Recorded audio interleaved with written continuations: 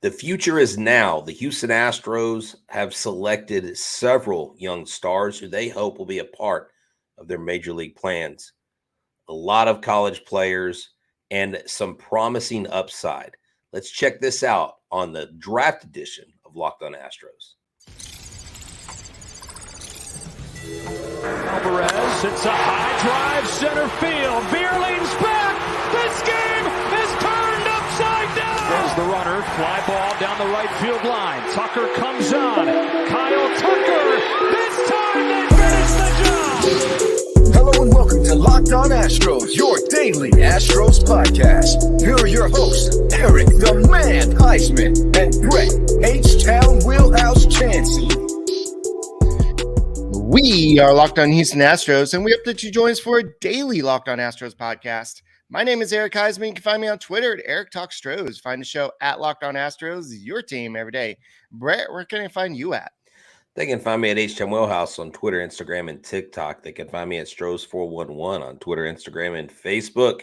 Always positive, always Stros. All right, guys, thank you for making Locked On Astros podcast your first listen every day. Whether it's on YouTube, keep on subscribing to us, keep on giving us a big fat thumbs up, and become an everydayer, somebody that listens to our show, well, every day, and making us your first listen on Apple, Odyssey, Spotify, wherever you listen to your podcast. Go and check out the Locked On Astros podcast, and we really do appreciate it, and we appreciate all the great comments out there and everybody that subscribes to us. So go ahead and become an everydayer. Like all those other people out there. And so we're going to go ahead and talk about some of the first 2 days of the draft. And then a little bit later, we'll do a little summary of maybe day 3 of the draft. And the Astros have definitely gone a little bit different route than a lot of teams. A lot of teams do go with high school talent and kind of wait for them to go to develop. You go for the high upside while in the college. You kind of, it depends on what you're looking for. And it looks like the Astros are looking for, I know I've seen a lot on Twitter that people are saying, well, they're just wanting people to get here quicker. And when you draft a college player, that's not exactly what you're looking for. In some cases, yes. In some cases, they are almost a final product, but in most cases, it is, especially when you draft a 4 or 5 year senior, you're looking for somebody that you can easily sign. You can maybe get under the slot value to maybe go after that high school player that possibly is committed somewhere, and you may have to go above slot value to sign. And so True. The Astros did go after one of those high school players, and maybe once the draft continues, they'll be doing some of that as well. So that's definitely something we could look at. The Astros did get some interesting players. They did go ahead. The second and third pick were some of those the 4-year seniors, somebody that you could possibly get for under the slot value, because honestly, they have no other option. They can't go back to college and finish things out. They are this is their only chance. I mean, they could become free agents, but then you don't get that signing bonus.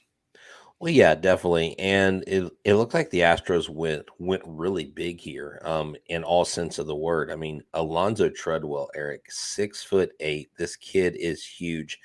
He fills up the strike zone. He basically over 5 innings versus Vanderbilt one game this year, he had 7 strikeouts. He shut the door on a Vanderbilt team that really has a great history here as of late with baseball. But get this, he has a lot of extension at 6'8". In high school, he did need Tommy John surgery, but he did look good out of the gate from UCLA. He struggled with injuries throughout the year, but he can fill the strike zone. He did manage only 9 starts, but when he's in and when he's healthy, he commands his pitch as well. The question is, can he stay healthy and pitch, which is something that has yet to be seen. It's a solid pick in this range for the Astros. He needs some work. UCLA arms typically deal with injuries here or there, but his changeup needs a little bit of tuning, and he has a chance to be a starter with solid command. And his traits basically are some that you might be able to get more out of. This is a guy that the Astros pitching development department, player development department can work with. But a big body pitcher, if you can get him healthy, get him stay healthy at 6'8" and fill in the strike zone, you can teach him to miss bats. You can teach maybe some rise on that ball, maybe perfect some of his plus pitches. And who knows, this is a guy that in the future could help you. And if he is a bullpen or a starter guy, I think they're looking at him more as a starter.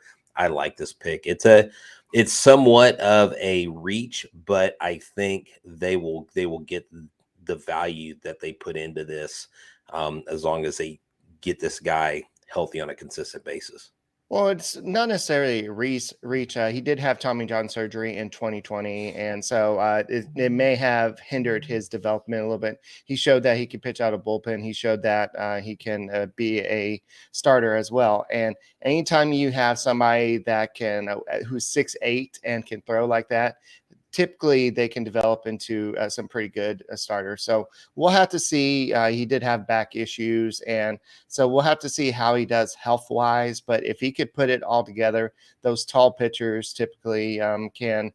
They have a different angle, and sometimes hitters have a hard time adjusting to them. So I take that back. The second through fourth rounds were high 4-year college guys. So, that Treadwell was kind of a guy that the Astros actually went after, and wasn't too much a reach because that was the 61st pick. MLB Pipeline had him as the 63rd. So I think that was kind of about where he was supposed to be. But moving on to the third round, Jake Bloss. This is a guy from Georgetown University.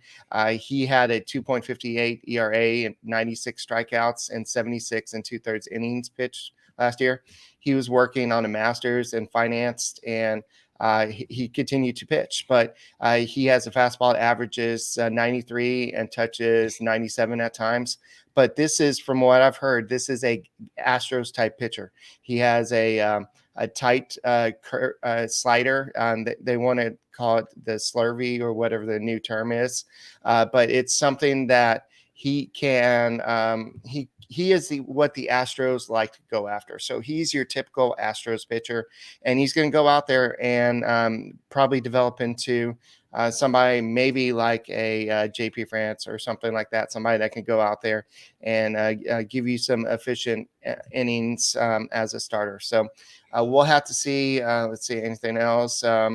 He said he's 6'3", and so he's actually, what else? But overall, I think that this is, from what I understand, he's got a pretty good spin rate, 3,000 plus RPM. So that's something that he's got what the Astros typically look for, is what I'm trying to say there. Yeah, and I've got some of his accolades here, Eric. He was 2023 Big East Pitcher of the Year. He hit his best pitch is his 93 mile an hour fastball, touches 97. Yeah. And just to reemphasize this, he was first team all Big East in 2023. Someone sent me a note. Someone actually goes to Georgetown, said that they saw him strike out 8 consecutive batters in a single game. So that is a really cool thing to see. A lot of strikeouts and not a ton of walks. His whip looks good. Like you said, a pitcher that I think the Astros can truly develop with the overhand curve, the tight slider, the swing and miss stuff. If you generate a lot of swings and misses, the Astros are only going to improve that. So like you said, this is their type of pitcher. Jake Bloss out of Georgetown, 3rd round pick, number 99. I think it's a great pickup for them. His kid's 22. He's a workhorse. He's a master in finance. I don't know if you notice this, but a lot of these guys, their college careers, their academic careers speak for themselves. Like, they draft smart kids, no matter where they are, their first pick or their last pick. These kids have a good pedigree off the field as much on the field. And I think that's a key part, because the game is mental just as much as it's physical. Yes. So if you're going with the fourth round pick, this is the 131st overall. They take UNC Charlotte outfielder Cam Fisher. I don't think there's any relation to Derek Fisher there, but he batted 349, 507, 813 with 30 home runs, 66 RBIs in 64 games. He has a lot of consistency here. He had 64 walks, 63 three strikeouts. So he averaged a walk per game, a strikeout per game. So he's going to strike out a lot. He has a lot of holes in his swings. That's what they said. He's a pull side hitter, left-handed hitter. What he does is he pulls it down towards the foul pole. So what they project is at Minute Maid Park, he's likely to hit the foul pole a lot and get us some free Chick-fil-A. But he's also going to strike out a lot. That's in the scouting report. Astros, can you get the fans free Chick-fil-A? Yeah, We need that's more all of we're that. looking for. Hey, man, or steal some bases. You know, we like those. What is it? The Pluckers wings promotion when they steal a base. I know Corey Dulks got us 5 free tenders there at Pluckers. So yes, those are all fun promotions. But you just like to say, look, this is Dana's first draft. A lot of people are going to be grading him just off face value. Mm-hmm. How do we think Dana did? And I don't know that he necessarily gets a pass or fail rate on, except maybe 2 or 3 years down the road, because you don't know where these kids are going to project. Right. You don't know. I mean, you don't know where they're going to end up. I mean, they could project high and not do anything. They could be completely a sleeper in this draft and someone you don't really think, oh, okay, yeah, is a good pick, whatever, and then turns out to be a superstar. So I think only time will tell. Yeah. So they said that I was looking at what Jim Callis said, and he compares him to possible Kyle Schwarber in the future, somebody that has a lot of power. He does strike out a lot. He did have 10 stolen bases this year. So he has like 110 exit velocity. And so he does struggle against the breaking pitches at times. And that's he is what they call analytic darling. So a lot of these people that the Astros have drafted, especially Bryce Matthews, have been what you consider analytic darlings. So it's you think that they're going away from like analytics, but they're not. They're actually finding people that are the best fit for this organization. And you want to have the best fit. And you know what? Sometimes the best fit is not just going to the store and just finding the best shorts that's out there. You just want to go out and go to Bird Dogs. Bird Dogs is what makes you feel good. It's comfortable. And whenever I go to Astros games, I don't, it's hot out there. And we were talking about this yesterday, Brett. It's hot at Minute Maid Park at times. And you sweat. And you definitely need a pair of Bird Dogs. They look like khaki shorts. They look like they're nice shorts, but they're actually really comfortable, and they make you look slimmer, and they fit way better than regular shorts. They're not made of stiff, restricting cotton, and they've just are made of this clot knit fabric that just look like khaki, but they stretch, so they make you feel slimmer. They have anti-stink wrinkling fabric, so it keeps you cool and dry. And like I'm wearing my Bird Dogs right now. They feel really nice. You got the tumbler right there that they give you when you go, and it's just an awesome experience. So go to birddogs.com/lockedonmlb or enter the promo code lockedonmlb for a free Yeti style tumbler with your order. That's birddogs.com/lockedonmlb or promo code lockedonmlb for a free Yeti style tumbler.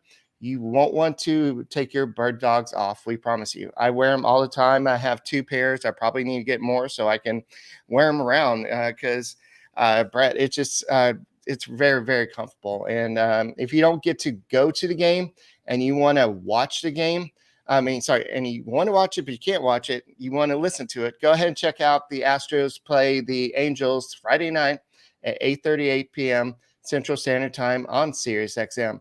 And just download the SXM app and search Astros, and you can hear all the play-by-play action. And it's I'm excited for baseball to play again. I'm sad that we won't be seeing Mike Trout out there, because as competitors, you want to face the best the team has. But I think that the Astros are going to do great. But you know what? Let's take a little break from the draft for a second. Yeah. That home run derby yesterday was awesome to watch. And you saw Julio Rodriguez dominate with 41 home runs in that one round. And then all of a sudden, he just felt absolutely short. And they were talking about how then you had Vladimir Guerrero look like he was gassed and like all out of breath, and then he was the one that outlasted everyone, and it's just like that was such a you had Randy Rosarina almost make that comeback at the end, and he was trying so hard, but that was probably one of the best home run derbies I've seen. I don't know if I like the format. It seems like really rushed, and everybody seems tired. No, yeah, I think it exhausts the players way too much. I miss the days of the 10 outs. And if you hit a home run, you stay on that you have 10 left. If you hit one that doesn't go over the fence, that's an out. So you count down from there. I remember Mark McGuire and them having those epic battles in the home run derby. But yesterday, what I loved too is Adley Rushman not only crushing from the left side, but going to the right side and crushing just as many, Off his just dad. looking absolutely dominant. So that was phenomenal to see. Look, I liked the opening rounds, but after that, it was like, okay, can we just move on? Just because it's just like, it's kind of like cheesecake. Like if you like cheesecake, you don't sit down and eat 3 or 4 pieces. You eat one piece of cheesecake because it's just so rich and such a heavy dessert. With the home run derby, I love the beginning. And I was kind of hoping Julio Rodriguez would win just because, the Mariners fans haven't had much winning to celebrate. I mean, they seem to really come up short. Well, I guess they came up short again. So joke's on them. But I like how it ended up with Vlad Guerrero Jr. winning it. But what's cool is some of these players, they have connections. Like Adolis Garcia and Randy Rosarina are best friends. They're both Cuban, but Randy is now a citizen of Mexico. But Randy is the godfather to Adolis Garcia's son. And I just thought that was really cool that these guys have these connections. They may be from the same country, they may be from different countries, but it's just neat to see the camaraderie they have. It was great when Bo Bichette tried to interview Vlad Guerrero Jr. and he said something in Spanish, and then Bo Bichette goes, yeah, what he said, because obviously his Spanish isn't up to par. So that was kind of fun. But I love the family atmosphere. I do love seeing all the players that are there with their families. Even there's a young pitcher for the Dodgers, and his name escapes me. He was there with his kids. I mean, it was his first All-Star game, and so it's just neat to see the atmosphere and just watching the fans catch home runs, Eric. I mean, how pumped and how excited they are. That to me is an even cooler thing. And that's why I wish the format was slowed down a little bit, because I liked watching the ball and waiting for it to land to be able to throw the next pitch, because then you get to enjoy the home run. With these, 500 and something, you don't get to go, oh my gosh, that was 544 feet. Like you forget about it till the end. So slow it down a little bit. I understand what they're trying to do. They're trying to get more in a small amount of time. But maybe go back to the old format a little bit, or a hybrid of the new and the old. Still a fun thing to watch, but I'm glad Jordan wasn't in there. I just I have no desire to see a Houston Astro ever in a home run derby, because the way they get worn out, it's kind of hit or miss how it actually affects them. Right. But to me, it seems like it has more potential to do harm more than it does to do good. But it's still a fun event. It's a fan event, so good for them. And we're gonna pretend like that one girl didn't just get hit nailed by that one. I think Vladimir Guerrero hit. Like she went to the ground, and she got up to her credit. But that's the bad thing. You have 100-mile exit velocity balls coming at you, and you have a whole bunch of kids out there. And I didn't know. Yeah, some of those kids, look, I don't know. Maybe they need to play catch with them before they go out there. They need to make sure a kid can catch a baseball. But hey, look, what's going to happen? I'm pretty sure they know the risk when they go out there. Yeah. So let's go and move on back to the draft. So I was talking earlier about going after some of the college, college seniors to try to maybe get them to sign a little bit under their slot value and possibly get somebody who's maybe a high school player that you might need to go above slot value. And that the next player you're going to talk about is somebody like that. I do have the stats if you don't have them in a second, but basically, that's what the Astros could be doing here. Before you say the name, this is kind of breaking of what the Astros typically do, and this could be the first player of the Dana Brown era. This could be somebody that Dana Brown specifically targeted and said, "Oh, I think this is one that we want to draft and follow and just see what he does." We're talking about the number 5, Yeah. the 5th round pick. Okay. Chase Jaworski. He's a smooth athlete listed at 6'1", 170 pounds. He is a righty thrower, a left. So he throws right, he hits left. They have noted that he has a strong arm. He has good range at shortstop, and his left-handed swing has some power, has some pop. So right now there's not a ton of stuff to be known about Chase Jaworski, but he is a guy that I think they can develop. Look, they have picked other kids that are shortstop prospects because you're not always going to have the guys you have. He is committed to Utah Valley, so they hope he's someone that they can sign, the 164th overall pick. So he is a high school infielder. Again, we talked about how they've been going more college guys. What do you think about Mr. Jaworski? He's actually the highest ever draft pick from that school. So he is the first since 2019. He's drafted as shortstop. He batted .444 with 12 home runs and 30 RBIs last spring.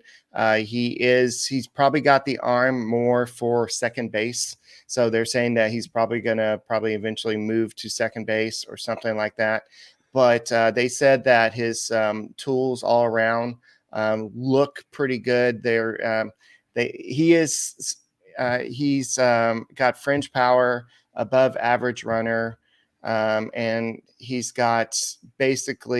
very athletic. He's basically a left-handed cut with bat to ball skills and strong hands. So he's somebody that can develop into somebody, let's say, who is similar to like a Jeremy Pena type player, but maybe not as much power as Jeremy Pena did, but somebody like that. So I think that this is somebody we need to watch out for down the road. If the Astros are able to sign him. So yeah, he is a high school player. So the Astros know more than he is, but we do. But he is committed to Utah Valley. So there is a chance that he could sign with Utah. Go ahead and attend Utah Valley and then become a second or third round pick down the road. No, yeah, definitely. And that's always a risk with the high school kids. But moving on to round 6, Ethan Petco, out of Townsend State. He is a right-handed pitcher. This kid is 20 years old. He had an ERA of 3.21 with 48 strikeouts and 42 innings. In the Northwoods League, which is popular for these kids to do before moving on to the draft, he dominated with a 1.04 ERA, 36 strikeouts and 26 innings. And he also has a low 90s sinker and plus slider. Eric, he actually dropped his ERA to 3.21, so his ERA was a little bit elevated, but he did some things to work on that. And so you really like that he held the opponents to a .769 whip over the 26 frames that he pitched in that summer league. He is a ground ball pitcher, which is good for Minute Maid Park. You don't want a fly ball pitcher so much in your draft pick. So he can touch 95 on the fastball, and he was the 2019 Golfer of the Year while he made the honor roll at Ridley High. So this is a multi-athlete kid, a multi-sport kid, and I think that doles well for a player that's in the draft. You want a kid that has multiple skills at multiple sports and makes him more athletic. So Okay, awesome. Where's all the banners over there? All right. All right. So, and if you are the type of person that everybody wants to talk to about their problems and you seem like you are constantly maybe needing to talk to someone yourself, it's great to be able to go to someone who can help you through the ups and downs, to help you stay connected through therapy. The people at BetterHelp want to do that, whether it's about your career, relationships, or anything else. Therapy helps you stay connected and helps you navigate life with confidence and excitement. Trusting yourself to make decisions that align with your values is like anything. The more you practice it, the better it gets, and you can get that with BetterHelp. Personal story: I've used BetterHelp counseling services before, and let me tell you, I was very pleased. I was able to pick the counselor I wanted. I did fill out a questionnaire. It was very simple. These are licensed professional counselors, and if at any time you don't feel like that you are getting what you need from the counselor you have, you can switch at any time. And right now, if you go to betterhelp.com/lockedonmlb, you'll get 10% off your first month. That's BetterHelp, HELP.com/lockedonmlb to get that help today. So just fill out the brief questionnaire and get matched with a licensed professional for any time. You can change, no additional charge. For BetterHelp, go with BetterHelp. Whatever you want to do, whenever you want good food, good beer, you want to hang out with great service, it's Hooters. I don't care where you are in Houston, there's a Hooters near you, so you need to go do that. Monday through Friday, they have happy hours 2 to 7 and 10 p.m. to close. $3.99 Blue Moon drafts. They have $9.99 Michelob Ultras, and they've got so many things. Hooters Pearland has several events coming up in July.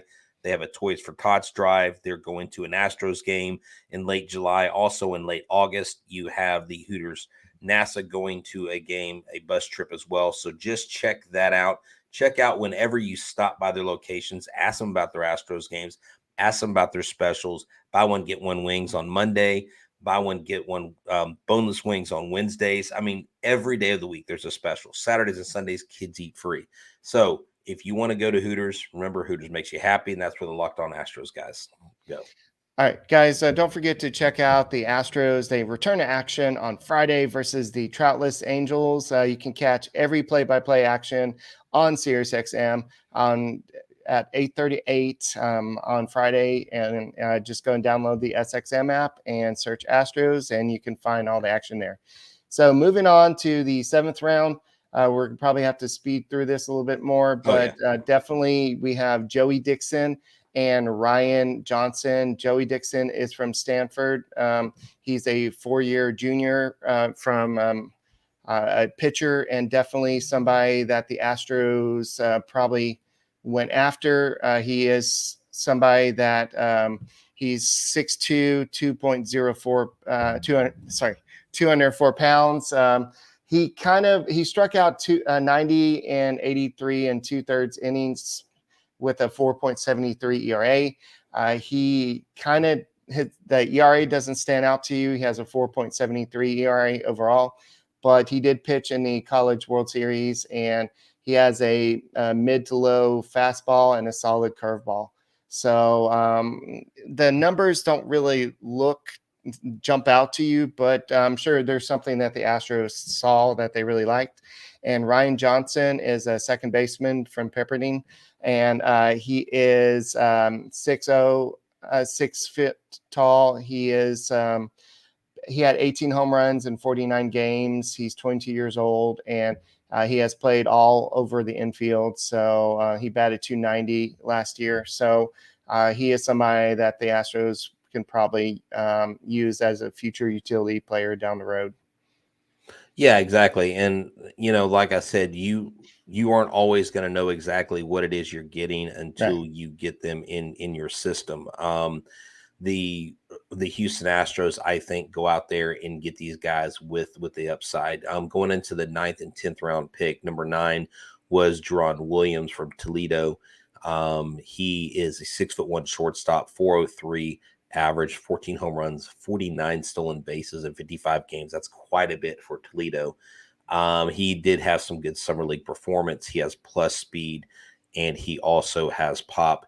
Jerron Williams is a guy also that I think a lot of people have on their radar that they were high on. I know Jeff from Locked On Guardians said that he really liked him. He said that he runs really well. He's an athlete. He said since the MAC is a smaller conference, that shouldn't matter, but he did lead the nation in steals, while again, like I mentioned, hitting over 400. And so that was those 49 steals were in 53 attempts. And so he feels like that was a good pickup in the 9th round. And then the 10th round, you had Austin Deming, 23-year-old infielder, put together a great year for BYU. In 41 games, he hit 418, 19 home runs, 68 RBI. He played the majority at first and third in college. And the Astros still have 10 more picks, rounds 11 through 20, and we could probably cover that on another show. But these are guys that you'll find more about. They probably won't place them very high in their system. They'll give them time to marinate. And then once they place them, we can kind of keep track of a little bit along the way going into this season, going to the second half. All right. Yeah. So, guys, thank you for tuning in to the Locked On Astros podcast. We will be keeping you updated as much as we can on the MLB draft picks. There's a lot of players out there, and we'll do our best with this. But thank you for always subscribing to us and making us your first listen every day, whether it's on YouTube. Go ahead, subscribe to us. Give us a big fat thumbs up. Go and make us your first listen on Apple, Odyssey, Spotify, wherever you check out your podcast. Go and make us your first listen, and go and get yourself some bird dogs because they are darn comfortable. That's all we got for this edition, and we'll see you next time, and go Astros. Yeah. Good job, Dana. Good job, Dana. We're proud of you.